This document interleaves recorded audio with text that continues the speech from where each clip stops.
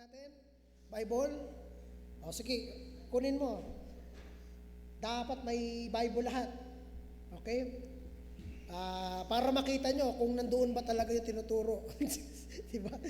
Kasi tayo ay mga biblical people, hindi tayo mga spiritual people lang. Dahil pag spiritual people ka lang, pwede ka mapunta sa supernatural people.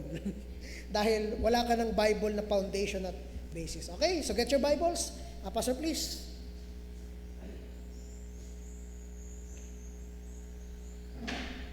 Blessing ang ulan kasi hindi na mainit.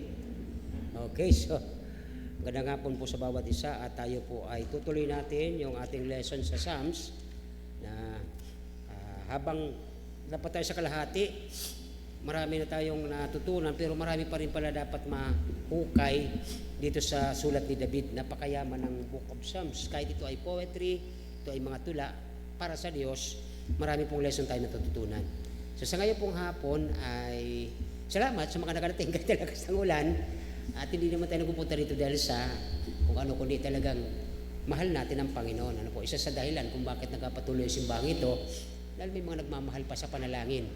Isa daw na katibayan kung bakit ang isang church ay mahina na kunti na lang nagpipray. Ay madami pa naman tayo, ano po. So maliban dyan, yung mga nasa bahay na din nakarating, nagpipray pa rin sa atin. Kaya may mga ibang lugar na nagpipray para sa atin. At hindi lang po tayo. No? Tayo po magsitayo. Basahin natin ang Psalms. Katapusan lang po 34, from 17 to 22. Malapit na tayo maubos ang 34. Ubusin na lang natin ngayong gabi. Although 3 lesson pa dapat ito, ubusin ko na. Kasi matagal na rin ang verse 34. From verse, ano na lang tayo, 17. At napakaiksi na lang nito. Siguro dahan-dahan natin pagbabasa na may pangunawa. Sa wikang English, ay sabi po ng verse 17 sa chapter 34 ng Psalms, the righteous cry, and the Lord hear, and delivered them out of all their troubles. Nangyayari ito at totoo ito. Verse 18, the Lord is nigh unto them that are of a broken heart, and saveth such as of the contrite spirit. Magkasama. Verse 19, many are the afflictions of the righteous, but the Lord delivered them in or out. Out, di ba? Out of all them. Okay?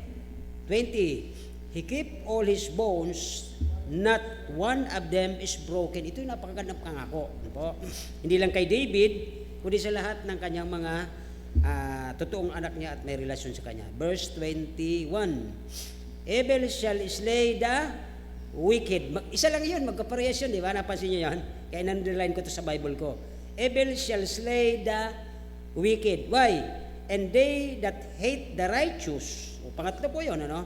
And verse, last line, shall be desolate. Lahat ng naiinis sa katotohanan, ano po? Verse 22, the Lord redeemed the soul of His servant. Hindi po lahat, kundi servant niya lang, yung pinili niya lang. And none of them that trust in Him shall be desolate. Okay, sa Tagalog, o kaya sa another word is makukundina, mapapahamak, masasaktan, or mawawala ng pag-iingat. Yan po yung word ng desolate. Ibig sabihin, hindi na siya kukundinahin. Hindi na siya parurusahan. Sa gabi po ito, ating pag-usapan, balik po natin ang ating mata sa verse 18. The Lord is nigh unto them that are broken-hearted. Minsan ba yung mga pangarap natin, ako ang dami kong pangarap nung araw. Gusto ko sana, mga anak ko, lahat musician. May lumitaw naman isa. Hindi lahat. Ay, ibig sabihin, hindi naman nasira, hindi naman na-broken yung aking plano, ang aking dreams, di ba? At isa sa, para pangarap ko, sana mapangasawa ko ay marunong sa music. Marunong naman ang music. Di ba? So, are your dreams destroyed? Hindi ba nabanis, hindi ba nawala yung mga pangarap nyo? Kapatid, kung sakali man, pag hindi nyo ito marurok ang ganitong katanungan, kung yung mga pangarap nyo ba ay narating, hindi, o nawala, o nasira, ang sabi ng verse 18, tingnan nyo maigi, dahil sa hindi nangyari yung gusto natin, yung plano natin, ang tanong ng writer, are you a broken hearted? Okay, doon na lang tayo. Huwag na yung mga pangarap kasi pangarap lang naman yan eh. Pero ito ang matindi. Broken hearted ka ba? Bibiruin ko sana yung ka-birthday lola eh. So, hindi po pwede kasi yung lesson natin to eh. So tayo po ay manalangin. Nagilang Diyos, salamat po sa mga binigay mo sa amin pagkataon na kami magplano. Minsan kami, nagkaroon din po kami ng mga dreams. Hindi man po Panginoon ito natuloy, pero alam namin may purpose ka, may plano ka para sa amin na mas mabuti, hindi sa magaling kami magplano, magkaroon ng dreams, mas maganda pa rin Panginoon ang dreams mo para sa amin. Pangalawa, Panginoon, na kung sakali man nagkaroon kami ng hindi namin na gawa yung mga gusto namin at ang aming puso ay nagkaroon po kami Panginoon ng parang na broken heart kami, hindi nangyari ang mga plano, mga isip, mga inaasam-asam, pero salamat Panginoon, kami naligtas sa iyong biyaya, nandiyan ka para tulungan kami ayon sa verse 18 na kami Panginoon ay inyo pa rin mahal sa kabila na hindi man natupad ang aming mga pangarap, pero nandiyan ang pangarap nyo sa amin, mas magaling, mas maganda, mas ikatutupad at mas ikalalago namin bilang mga Kristiyano. Salamat po sa hapong ito sa mga nakarating at sa mga paparating pa. Ingatan mo po Panginoon. Maraming salamat po sa pangalan ni Jesus. Amen. Thank you very much. At siguro dito ay di na ako mag-introduction kasi ito po ay nasa dulo na ng chapter 34. Naalala niyo po ang unang lesson natin dito. Gusto niyo bang magkaroon ng magandang araw? Di ba? Pero hindi nangyayari talaga yon eh. Imbis yung kapag gising mo aga, tuwang-tuwa ka, ang ganda ng espiritu mo, on the mood ka, pupuri ka sa Panginoon, umawit ka. Pero talaga minsan dumarating ang mga affliction, mga problema na di mo inaasahan, biglang magkakaroon. Alala ko tuloy yung nangyari sa amin ng nakaraan ay afflicted yung mga tulad ng isang kapatid natin, gusto niyang nag-a-apply siya pero nagkataon naman.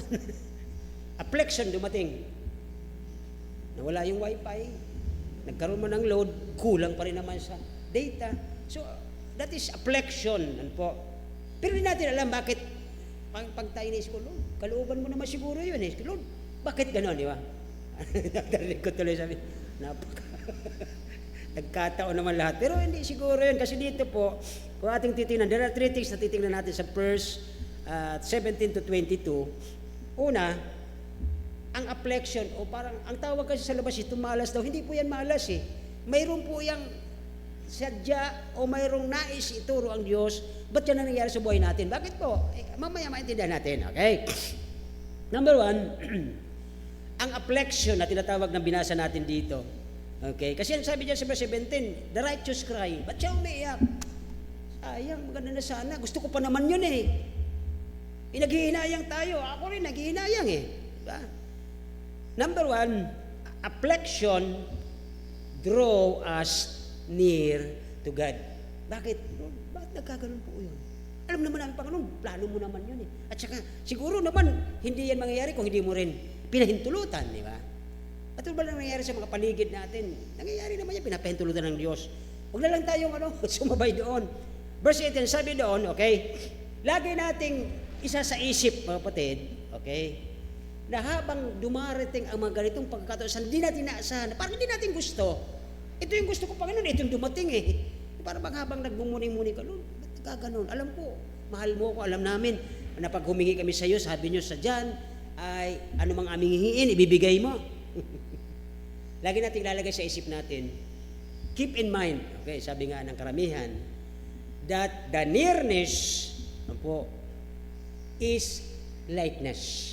Bakit? Kapag lagi kang nagkakaroon ng ganitong affliction, sino lagi tinatawag mo, di ba? Ang Panginoon, kasi anak ka ng Diyos eh. Ang mga unsaved, yung mga wala namang koneksyon sa Diyos, pag may problema, hindi naman ang Diyos ang tatawagan yan. Tatawag yan kung kanino, nasa posisyon, kanyang mga ninong, ninang, yung mga koneksado dyan, tatawagan namin kayo, mayroon kami problema. So, ang binabanggit po sa verse 18, ang Panginoon ay napakalapit. God is near to those who has broken hearted. Hindi sa lahat, hindi sa mga unsaved, hindi man yan, wala naman konektado sa Diyos yan kasi hindi naman yan sa Diyos eh. Nasa kadiliman sila. Okay? The more we like God, the nearer. Ang ating mga sinasabi, ang ating mga kinakanta, ang ating mga iniisip, ang ating mga nilalahat ay lalong malapit sa Diyos. Okay? Paano tayo napapalapit doon? Ibig sabihin, lalo tayong nagkakaroon ng spiritual na pagkonekta o pagkilala sa Diyos, maliban doon sa talagang flesh ang nangyayari sa Kanya. Pagka nangyayari sa Kanya yung hindi niya gusto, pambihira talaga na pagkamalas-malas ng buhay na to. Pero Kristyano yun, di ba? Dapat hindi sa atin naririnig ang ganung kasabihan sapagkat, bakit? Alam mo na may bawat nangyayari sa iyo, bawat minuto, bawat hibla ng buhok natin, alam bilang ng Diyos at hindi niya papahintulutan na kung sakaling mayroon kang hinihingi na ibinigay niya, di ba umingi ka ng itlog, sabi ng Matthew, bibigyan ka ba ng Diyos ng ahas? Hindi. Okay? Pwede siguro bigyan ka ng ahas, pero luto na. Pagka sa Pampanga, andun luto, kanya-kanya doon, may stick turtle, may lahat na nandoon. Yung, alam nyo ba yung ano na yan, yung langgam na hantik? Ang sarap pala ng ginisan yan. O yung puti. Okay, ginigisa yan doon. Okay, so dito po, paano tayo lalong nagiging malapit sa Diyos, ayon sa verse 18. Okay, lalo tayo nagiging lalapit sa Diyos dahil siya po ay gumagawa ng paraan. Bibigyan ka ng mga affliction, bibigyan ka ng problema, bibigyan ka ng mga bagay na mapapatawag ka, Lord.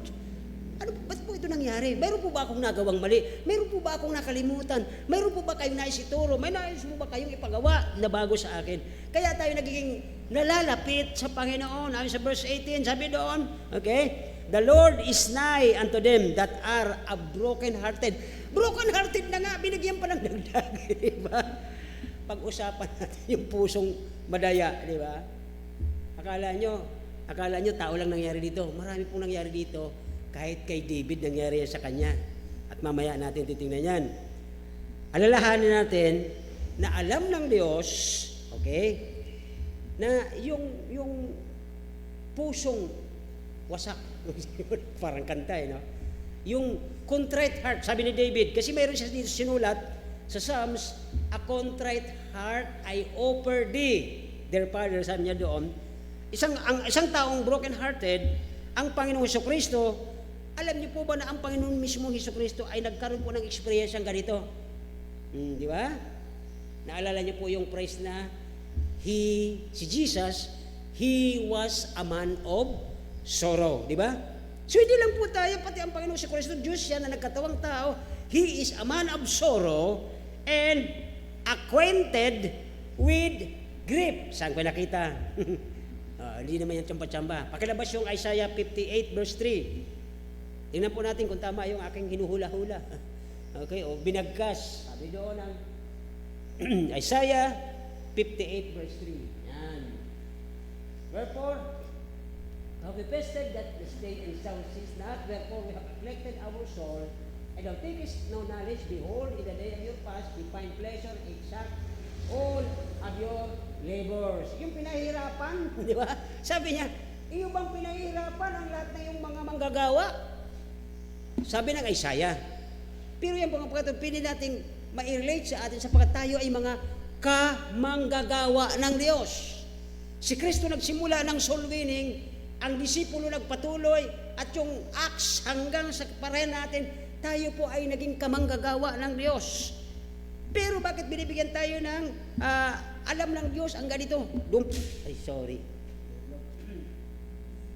Doon pa lang sa pangyayari na si Jesus po ay pinarusahan, di ba, naalala nyo?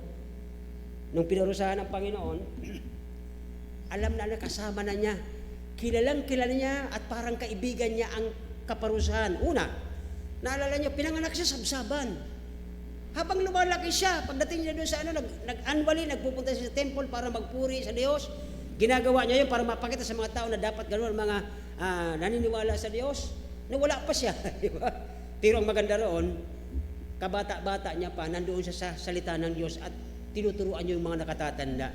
So ano ba ang affliction doon? Ano ba ang acquainted si Panginoon? Sanay siya sa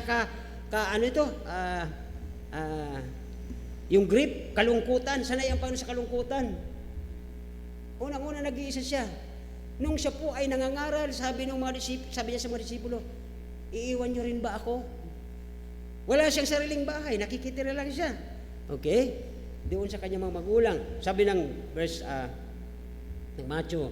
So dito po ang ating mga experience bilang na tayo ay nagkakaroon ng mga affliction para tayo ay lalong malapit sa Panginoon, ang eksperyensya pa lang ito ipinapadama sa atin. Huwag tayo magreklamo. Minsan nga, totoo yun bilang tao, madadala ka sabi ng Panginoon, hindi niya kami pababayaan. Sabi ng Panginoon, sino ang laban sa amin?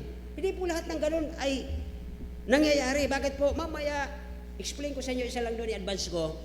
Natural yun dahil tao lang tayo. Okay? So dito, ang lahat ng experience natin, katulad ng Panginoon, naka-experience na ng ito, ano po, nagiging malapit tayo sa Diyos pag tayo ay nagkakaroon ng affliction. Pangalawa, hindi lang po yung nagiging malapit tayo sa Panginoon, ay dahil sa gusto niya tayong lalong makakilala sa Kanya ng gusto. Pangalawa, okay, alalahanin natin, okay, na ang Diyos nagbibigay ng grasya sa mapakumbaba.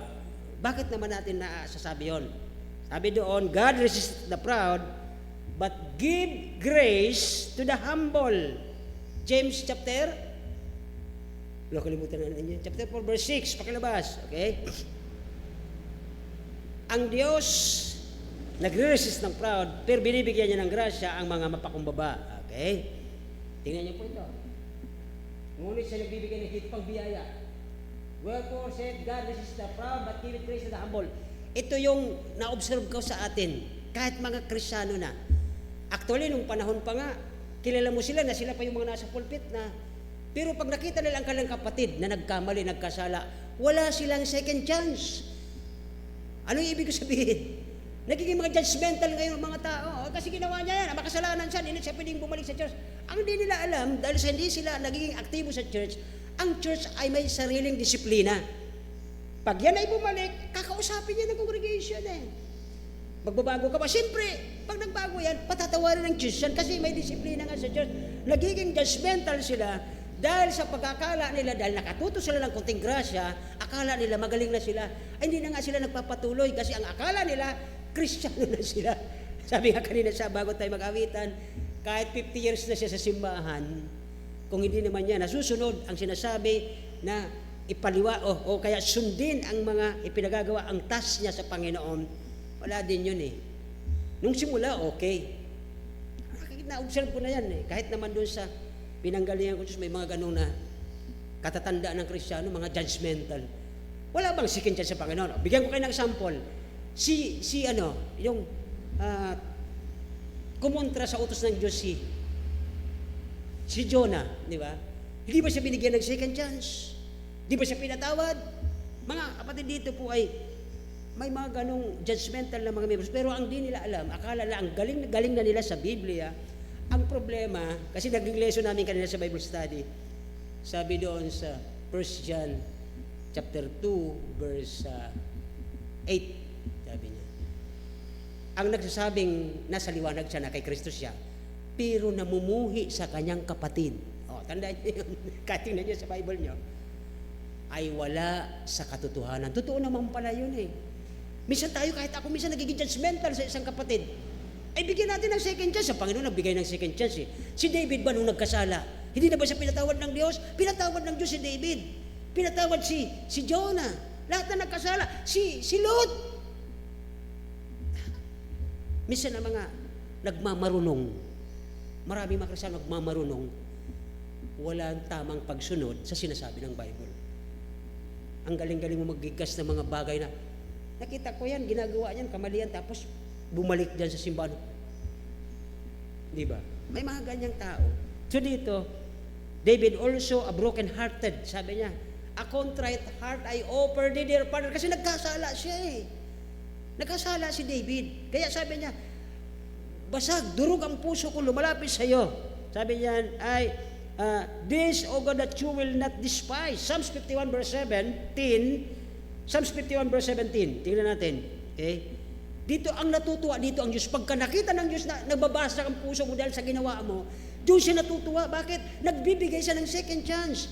Lord, katulad ng iba, ang yabang-yabang ko, patawarin niyo po ako. Natutuwa ang Diyos doon. Verse 51 verse 17. Chapter 51 verse 17.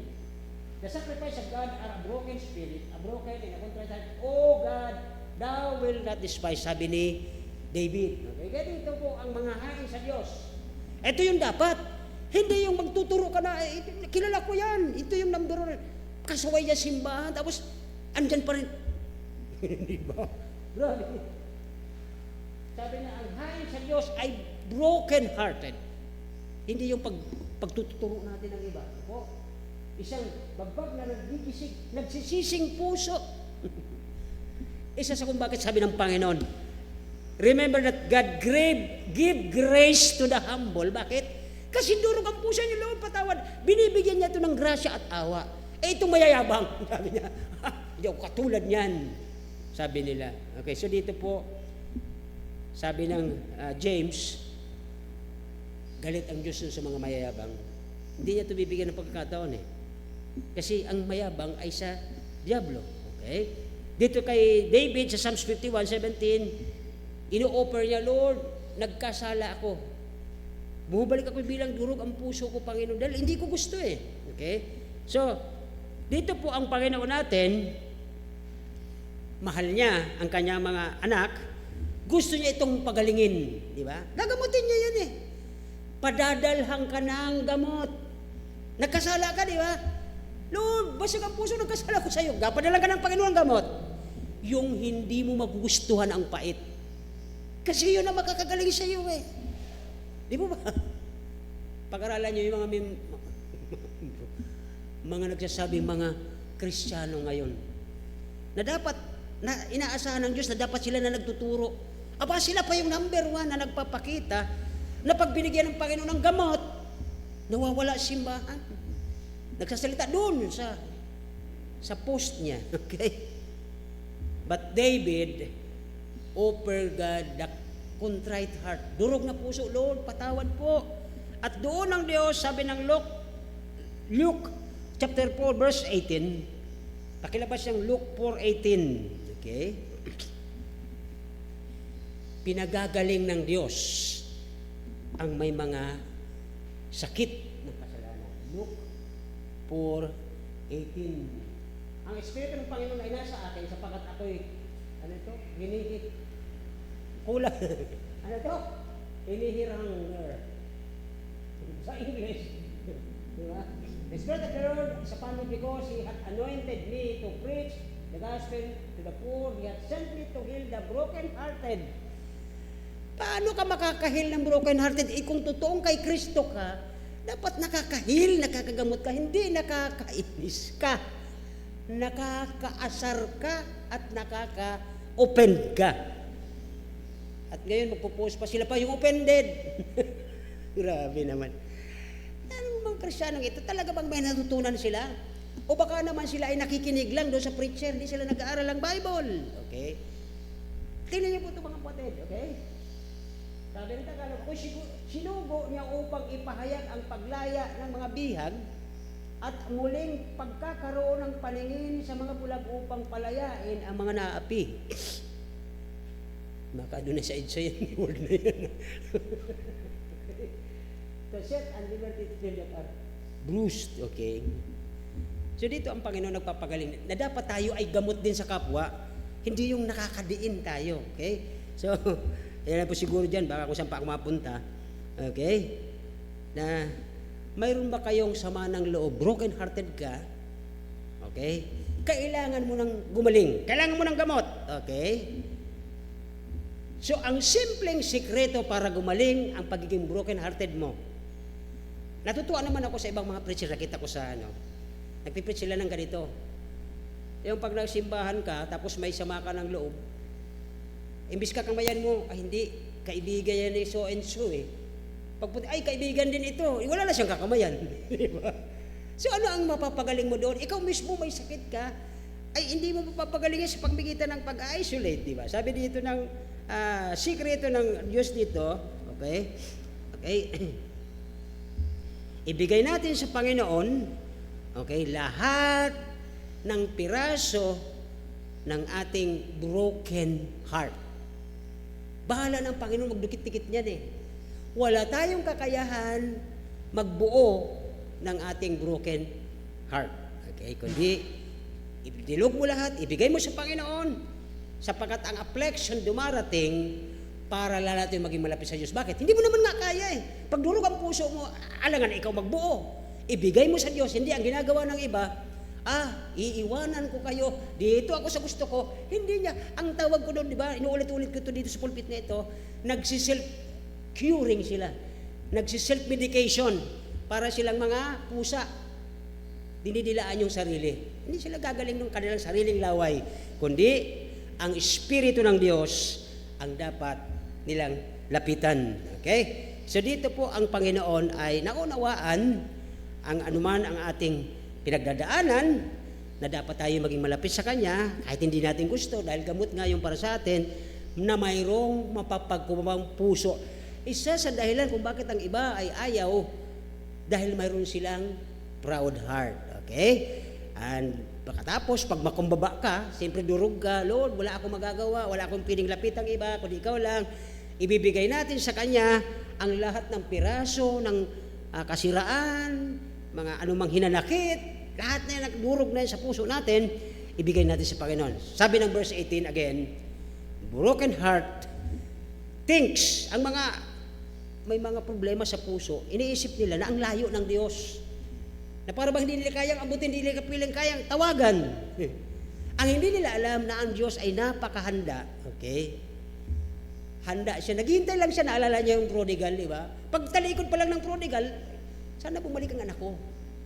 Ganun ang Panginoon eh. Kaso ang gusto ng iba, hindi, kailangan pansinin ako. Okay? So po yun yung mga proud. Okay? Sabi ng verse 18, the most na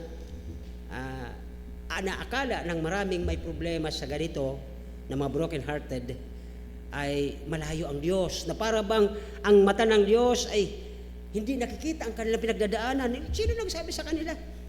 Na alam ng Diyos kahit bilang ng ulo natin, kahit anong alam ng Diyos yan, dahil siya po nagbibigay sa atin ng ating hiram sa Kanya. Oras, talino, lahat. Okay? Na dito po ay hindi ba pwedeng ang ating kaibigan, sa kaibigan na lang, wag na lang Panginoon. Okay?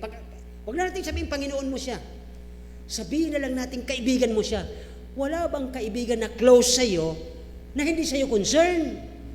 Concern sa iyo yan, kaibigan mo yan eh. O alisin natin yung pagiging kaibigan, Panginoon mo siya at Diyos mo. Hindi ba concern sa iyo yan? Yan po ang problema doon sa kung bakit tayo binibigyan ng mga affliction na mga hindi natin gusto na kinagagaling at kinagagamot natin, because ang gusto ng Diyos, mapalapit tayo ng gusto sa Kanya. Yun po ang hindi naiintindihan ng karamihan. Imbis na sila'y lumapit, bumalik sa Diyos, nagmamaktol, nagsasariling lakad, wala silang magagawa. Number 2, okay? Salamat. Matatapos natin to. Verse 19. Talo lang tayo ng konti, verse 19, okay? Sabi ng verse 19, many are the afflictions of the righteous. Oh, di ba? Tinutukoy po itong mga matuwid. Wala po sinasabi ditong affliction ng mga nasa kadiliman pa. But the Lord delivered him out of them. Okay, out of them ang sabi doon. Number 2, titingnan natin dito, itong mga affliction na hindi natin gusto, yung mga nangyayari sa atin, hindi natin na, parang ayaw natin ba? Lumalabas na affliction ito, pampatibay, pampalakas, mga vitamins po. Ito ay is a tool. Ito ay instrumento ng Diyos for trusting God. Okay? Bakit dumating na nga siya yung problema, pagtitiwalaan mo pa ang Diyos, bakit wala naman ikaw tayong pwedeng pagtiwalaan? Sabi ng verse 19, okay? Basahin po natin verse 19. Many are the afflictions of the righteous, but the Lord, okay? Yan po maganda. Ang sabi ng psalmist, hindi niya sinabi ng writer, okay? I thought the Lord keep, okay,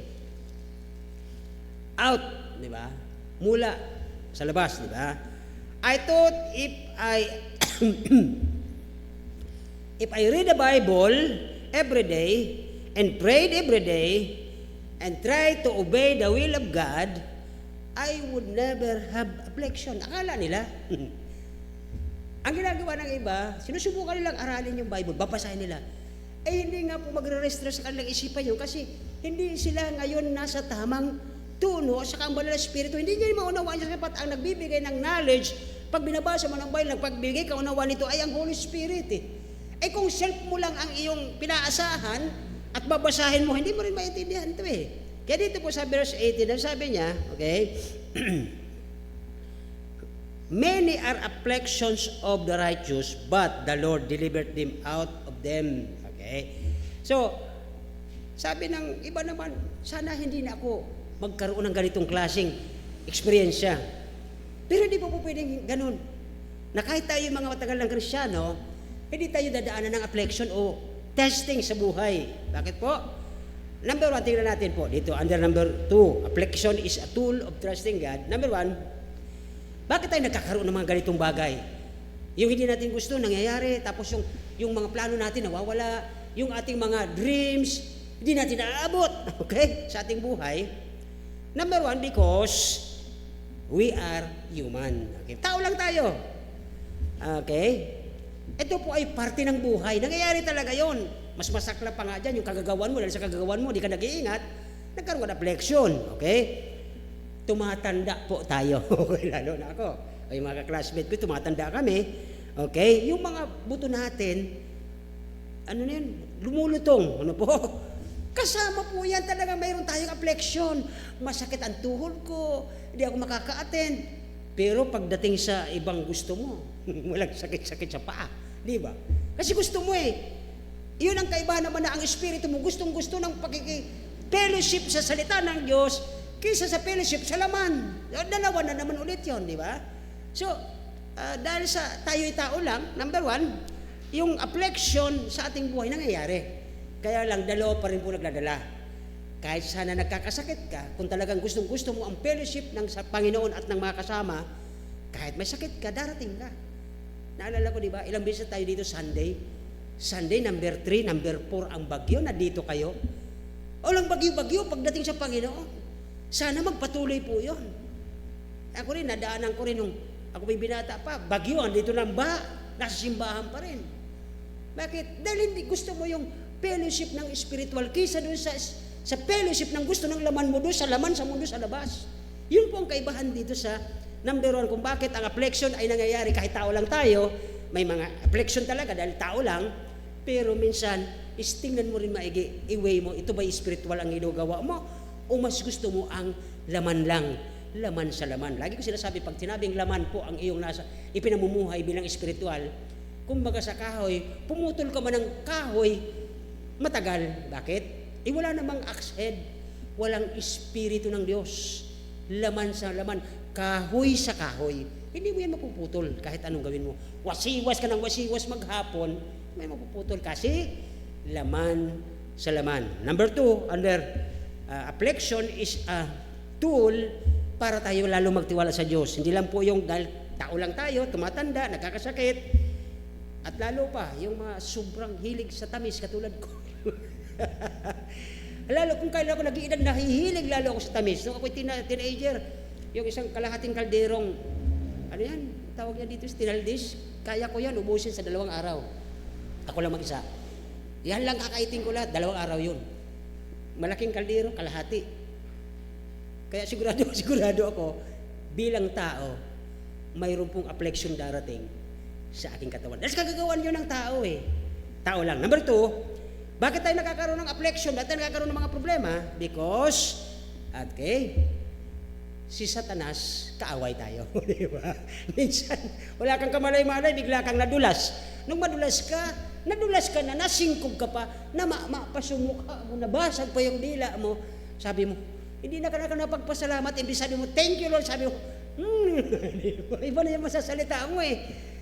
Diba? Nadulas, natisod, 3 beses. So dito po ang pangalawa, bakit nagkakaroon tayo ng affliction? Hindi lang po sa tayo-tao lamang ang kaaway talaga.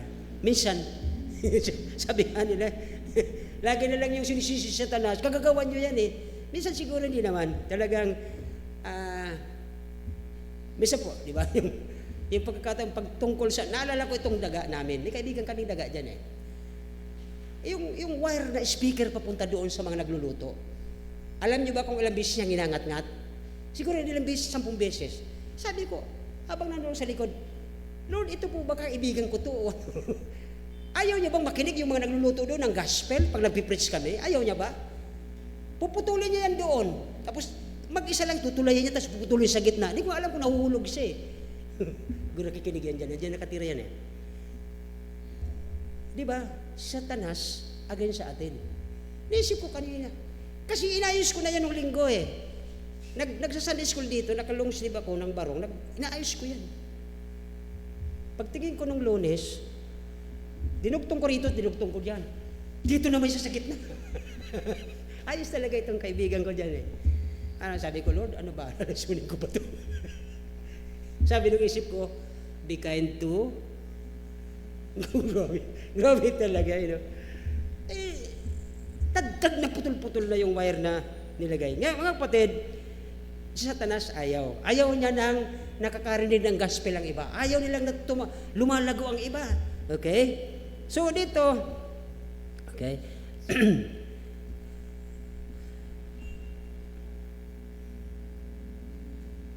may nilagay ko sampul, di ko na mabasa eh.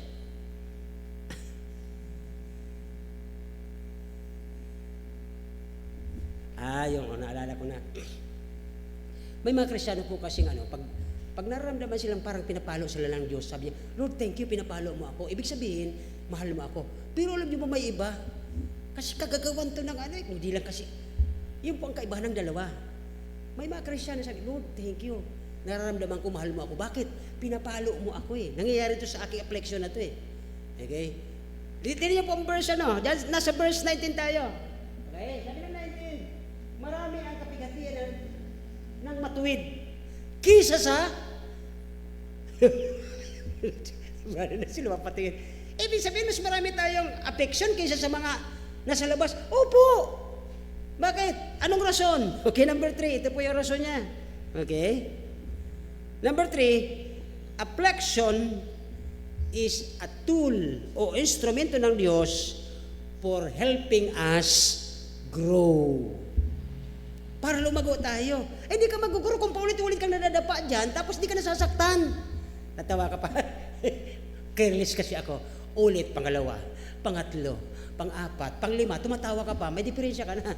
Okay? Hindi ka matututo eh. So dito, ang gagawin ng Diyos sa atin, sa pangatlong rason kung bakit ang Diyos ay ginagamit ang affliction para maging tool sa atin at para magtiwala sa Kanya, affliction is a God tool for helping us grow. Sometimes, mga kapatid, okay, hindi tayo kasi lumalago, okay, kapag hindi tayo pinadadaan sa sobrang furnace. Naintindihan niyo po siguro ang furnace. Yan po ang ibig sabihin ng furnace, yung apoy na 7 beses ginatungan. Ibig sabihin, yung normal na gatong niya, pag sinabing furnace sa Bible, 7 beses ito inulit ang init. So, minsan hindi tayo natututo hanggat hindi tayo inilalagay din sa sobrang init ng affliction para tayo magsabing, Lord, thank you, mahal mo pa rin ako. Siguro pa natin naramdaman, pero kami, pamilya namin, nadaanan na yan. Okay? Pangalawa, true furnace. Pangalawa, true storm. Di ba? Nung ako'y bata, kaedad ko nung pala dito ang isa. Siguro si Ter, naalala niya? Alala niyo ba yung si Sisa nung araw? Grabe yung, na yun? Sisa. Sisang yata. Bata pa ako nun. Talagang, yung bahay na malalaki, dumapa. At yung mga ahas, sumasama sa tulugan ng mga tao. Kaya dito po ay pinapadaan tayo sobrang furnace o sobrang init, sobrang storm, pinadaan ng mga Kristiyano sa sobrang labanan. Battle of yourself, hindi po yung labas eh. Tatlong kalawan natin. Satanas, self, at saka yung labas. O, labanan yan. Araw-araw, nalaban natin ang sarili. Huwag mong gagawin. Gagawin mo. Huwag mong gagawin. Nag-aaway tayo eh. Natutuwa ang Diyos sa ginagawa mo? Hindi. Kasi ayaw ng Diyos yan. So battle, away, sabi ng James. Pagdating dito sa verse 19, ang sabi niya ulit, ang gusto ng Diyos sa atin, lumago tayo o lumaki tayo, ma-raise niya tayo na mga mature sons and daughters of God. Yun po ang nais niya dito sa verse 19. Sabi niya kasi dyan, marami ang kapagatian sa mga matuwid. Bakit? Bakit sa atin ang pinakamarami? Para tayo lumago, tayo tumanda, na mayroong pinagkatandaan. Pero hindi pa rin talaga tayo natututo. Bakit? Mas pinapaboran natin ang gusto ng puso natin. Maniwala ka dyan. Para sa kanila lang yan. Ang nila alam, individually, mayroon akong pananagutan, may pananagutan din kayo. Sabi po dito, sa verse 19, many are the afflictions of the righteous, but the Lord delivered them out. Okay? Inilalabas sila doon, sabi ng verse 19. Okay? Sabi ng verse 19, He doesn't keep us out of them, kundi He deliver us from them.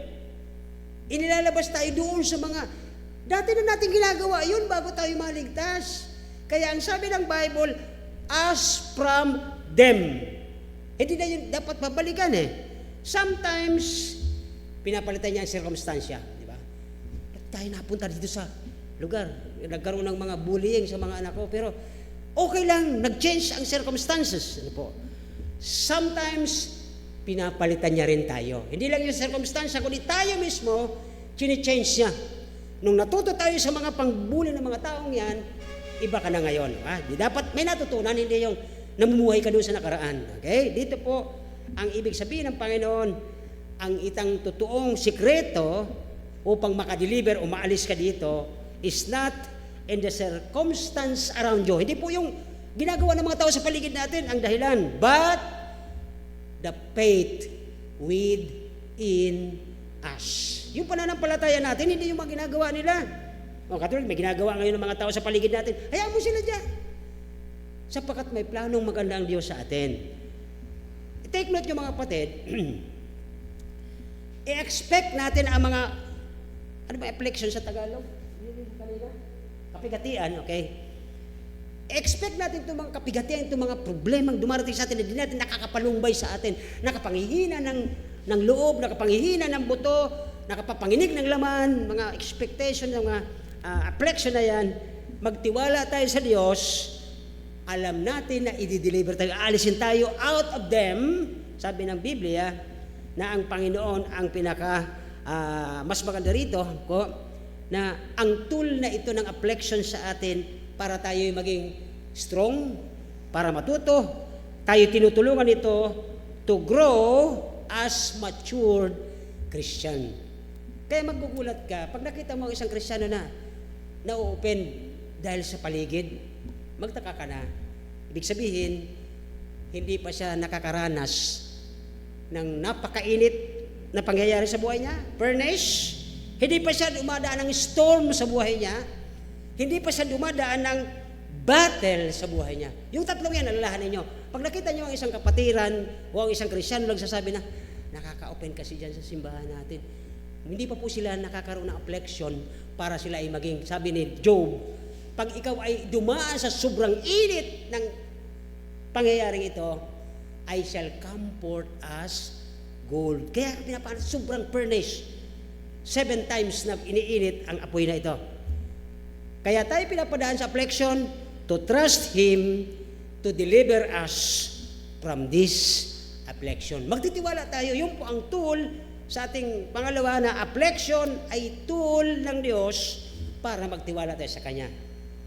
Ay, salamat. Eksakto. Number 3. Verse, ano na kaya tayo?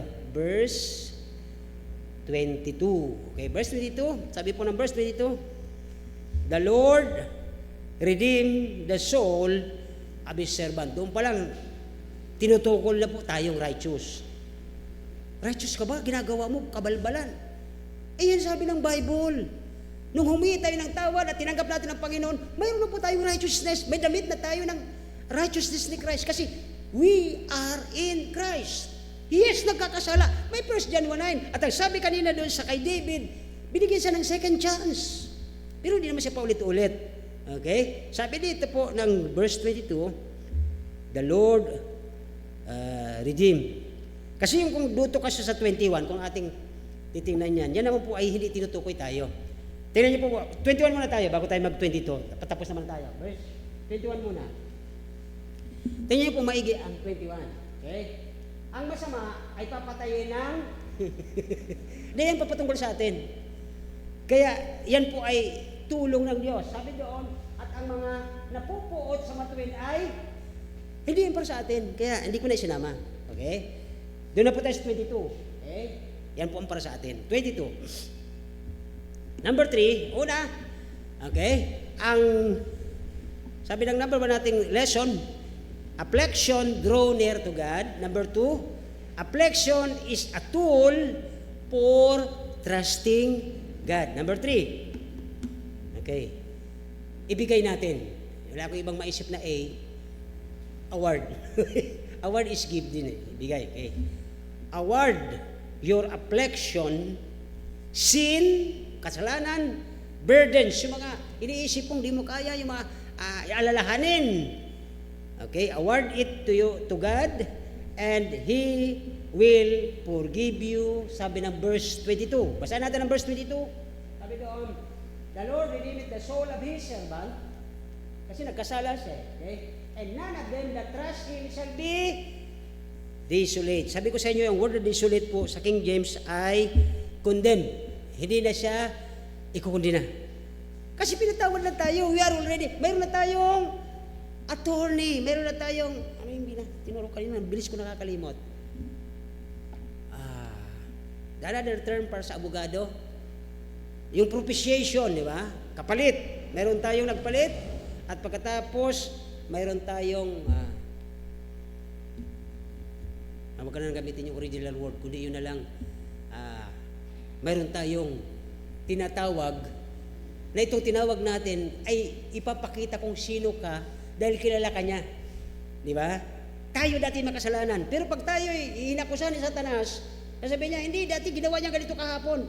Pupunta ang ating ano yun? Adversary o advocate? Advocate yung tawag, di ba? Kay Kristo.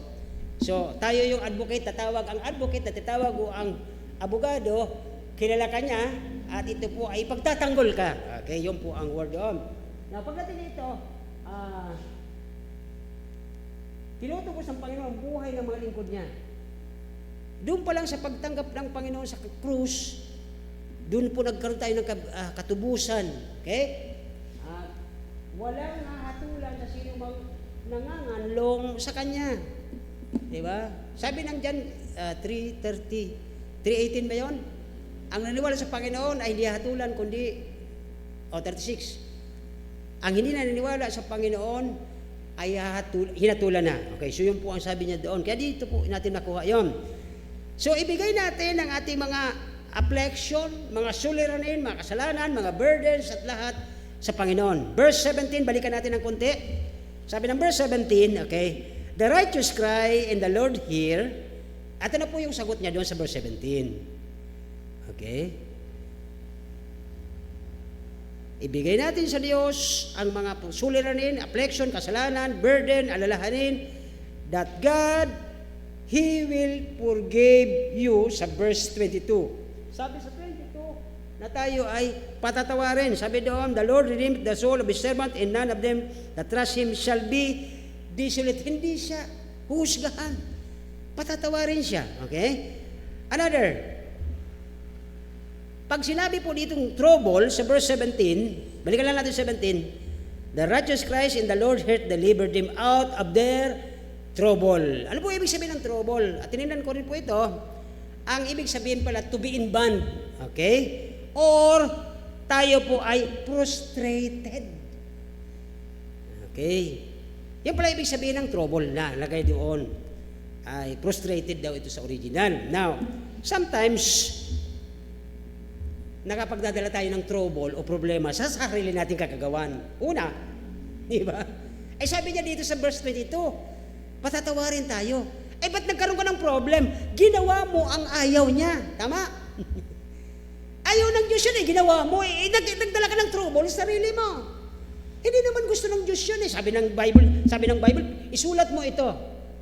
Yan ako sa inyo yung, share ko sa inyo yung lesson namin kanina sa 1 John chapter 2, verse 1. My little children, I write these things unto you that you sin not. Isinulat pala ito para hindi tayo magkasala.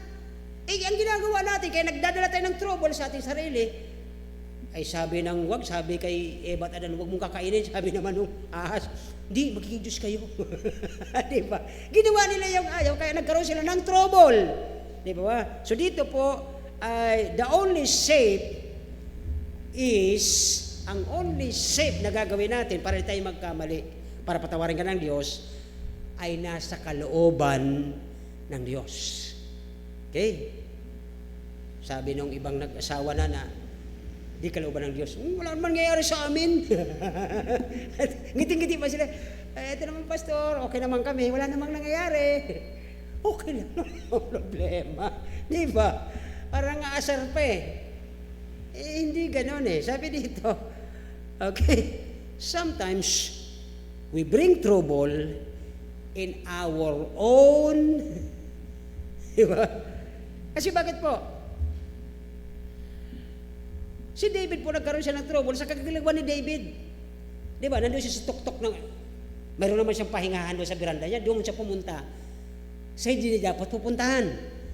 O, di ba? Sabi namin sa mga young people na binata, huwag kayong basta-basta kung saan pupunta na wala sa tamang lugar. Mapicturean ka dyan. Nasa likod mo pala yung babae na kaganan. Matay ka ngayon dyan, di ba? Ipopost yan. Ang laking ebidensya yan. Ayan o, nakaganyan sa'yo. Nasa likod pala. Diba? So dito ay, minsan mag-ingat kayo. Nakakagawa tayo ng problema sa sarili natin gagawan. Kasi bakit? Hindi natin binibigyan ng bigat. Hindi natin pinakikinggan. Hindi natin isinasaalang-alang ang sinabi ng Biblia na sabing sundin natin. Okay? Kaya nagdadala ka ng sariling sumpa sa sarili mo. Tapos pagka gusto pa ng Diyos na makabalik ka, gagawa siya ng mga tao para lapitan ka. Lakas pang makaano. Ayoko na sa inyo. Ayaw mo sila. Okay? The only safe is in the will of God. Okay? Ang ginawa ni David kay Saul, naalala niyo si Saul? Okay? Si David, hindi niya pinakikialaman si Saul eh. Ito yung problema ngayon. Diba? Pinakikialaman nila ang hari. Pero si Saul, ang daming ginawa kay David. Pero si David, wala siyang ginawa. Oh, pag-aralan niyo ang buhay ni David. Nung madalas siya, papatawag siya. Halika David, tugtog ka. Masamang espiritu na sa akin, tugtog ka. Habang tutugtog siya, sabi niya, fill my cup, Lord. Nagalit siya. Diba? Ang daming ginawa ni Saul kay David. Nasa posisyon yung si Saul, di ba? Hari siya. Pero wala kang makita na kumontra o gumawa siya ng hakbang para kumontra sa nilagay ng Diyos sa lugar na yon. Okay? So, si Saul madalas ang daming ginagawa kay David. Okay?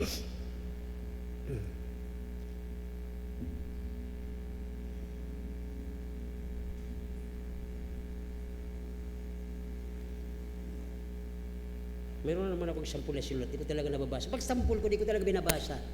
Okay? Kapag mayroon po tayo kasing alam ng Diyos ang ating mga pinagdadaanan, hindi po yan lingid sa Kanya eh. Ang pinaka-number 1 lang natin gagawin, mag-pray tayo. Kasi kung sa ating sariling kakayahan, baka makagawa tayo ng hindi dapat, lalo tayo magkasala, di ba? Minsan may gusto mong kausapin, tapos yung pagkausap, lalong nakasira. Hindi po maganda. Okay? Kaya minsan sa counseling, ay minsan pag mainit ang ulo, ayaw ko na sumama din. Okay? So dito, ay pagtiwalaan natin ang Panginoon, kung ano mang frustration mayroon ka. Hindi ba yung gumod-gumod? Pagdating ng linggo, nakangiti ka. Pag Lunes, Martes, sa Sabado, parang gumod-gumod ka. Kasi frustrated ka eh. Diba? Broken-hearted ka. Buti lang wala dito mga broken-hearted sa pag-ibig. Okay? Pangalawa, hindi lamang po yung the Lord is ibigay natin sa Panginoon ang ating frustration at bahala na siya sapagkat siya'y nakakaalam. Papatawarin pa niya tayo. Ano po? That the Lord is your affliction. Number 2, trust the Lord with your feelings. Sabi ng verse 18. Tingnan natin po ang verse 18. The Lord is nigh unto them that are brokenhearted. So, kapag ka-brokenhearted tayo, nandun naman ang Panginoon, nag-aalaga naman yan. Inaalala tayo niyan, di ba? Trust the Lord with your feelings. Pag mayroon po kayong mga question, huwag na nating sabihin sa social media, sabihin na lang natin sa Panginoon. Sabi ng verse 18, David is repenting because of his own sin. Sarili niyang kagawang kasyon, kaya nag-repent siya, Lord, lumalapit ako na may basag na puso. Durog ang puso ko sa ginawa ko sa harapan mo. Sudo ng Diyos natutuwa. And his heart was broken. At dito po ang Diyos, nirespeto niya si David. Kung bakit siya binigyan ng second chance? Because God see the attitude of David. Na kahit ginagawan siya ng kanyang hari ng sobrang sama, hindi siya nagka-counter attack. Hindi katulad ng mga ginagawa ng mga tao ngayon. Okay? Hindi ko alam kung saan nila natutunan. And always near. Po. Kapag tayo po ay mayroong hindi nangyari, yung mga dreams natin di nasunod, yung mga bagay na inaasahan natin na wala, broken hearted tayo, okay, verse 20, that the Lord with your future, babantayan niya po ang ating kinabukasan. Okay? Ini-exercise ng Diyos ang kanyang pinaka magandang pag-aaruga sa atin. Verse 20, He keepeth His, ano daw? At ito po yung pangako ng Diyos sa verse 20. He keepeth all His bone, no one of them is broken. Sa Tagalog, okay, lahat itong mga buto ay iingatan niya, sa mga iyon ay hindi magbalik ni isa. Ang tinutukoy na po niya dyan yung ating saling lahi. Naipakita mo ang tamang prinsipyo mo sa harapan ng Diyos.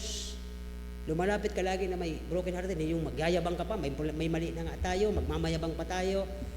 Karamihan, ganyan ang mga Kristyano ngayon Parang kulang sa pansin. Pansinin niyo ako, may problema. Hindi, ganyan dapat Isuko mo sa Panginoon yan, problema yan, bigay mo sa Kanya yan. Manalangin ka, patatawarin ka at aalagaan ka niya. Sabi ng verse 20, walang masasayang at madudurog, walang mawawala sa linyang yan. Be-bless niya hanggang sa dulo yan. Dito po ay, He guard us for His concern for our future. Yun po ang pinakapangako niya dyan sa verse 20. Okay? Ano bang ginawa niya doon sa cross nung siya po'y namatay? Nandun po ang Ama, binabantayan siya. Kinakausap siya, di ba? Wala siyang magawa doon. Si Satanas, higit pa ang gustong gawin ni Satanas doon sa cross. Di ba mayroon pa nga doon nagsasaw-saw ng suka? Sinusulsulan niya pa yung mga sandalo. Sige, ano niya pa yan? Pagsugalan yung damit niya, tusukin niyo yan, ganihintuhin niyo yan. Ang daming gustong gawin ni Satanas. Pero ang Diyos Ama, binabantayan ng kanyang anak. Hanggang doon lang limitasyon mo, Satanas. Doon lang sa mapako sa krus. Maliban doon, wala ka nang pwedeng gawin. Yan po ang pangako ng Diyos sa kanyang mga righteous. Naniniwala po ba kayo doon? Tayo mag-close. God is guarding us. Walang butong mapuputol, mababali, mawawala sa pangako ng Diyos. Lahat ng ating future, ang ating kinabukasan, ay buong-buong pupunta sa Panginoon na may pagpapasalamat. May broken hearted ba kayo? Yung inyong bang mga dreams naglaho, na-destroy? Kung broken hearted tayo, hayaan natin ang Diyos mag-mend at mag-ayos yan. Nagilang Diyos, salamat po sa kami ito. Salamat po sa napakagandang mensahe sa Psalms 34, 17-22. Napakaganda rin yung pangako, Panginoon. Na kung kami dumarating sa affliction, pag dumarating sa aming mga problema, hindi namin gusto, hindi kami maggagamot sa sarili namin, kundi hayaan namin, Panginoon, na ginagawa mo ito para kami matuto, para kami lumago, para maging kaming mga matitibay na mga anak mo, na anumang papadaanin mo kami sa masigit pang dubling apoy, bagyo at labanan, upang maging magigiting, matitibay na mga tagasunod mo. Maraming salamat po sa gabi ito. Kayo po mapurihan, maipangaral, Panginoon, sapagkat ginawa mo ang lahat ng ito para sa mga anak mo. Wala naman kami dito, Panginoon, kundi ikaw lahat ang gumagawa nito para sa aming kabubuti.